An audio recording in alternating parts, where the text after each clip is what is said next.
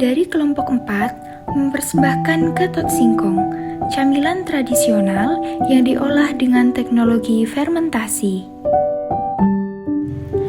Proses pembuatan gatot singkong melibatkan fermentasi singkong menggunakan mikroorganisme alami seperti kapang Rhizopus oligosporus dan bakteri asam laktat Lactobacillus manihot-difforans.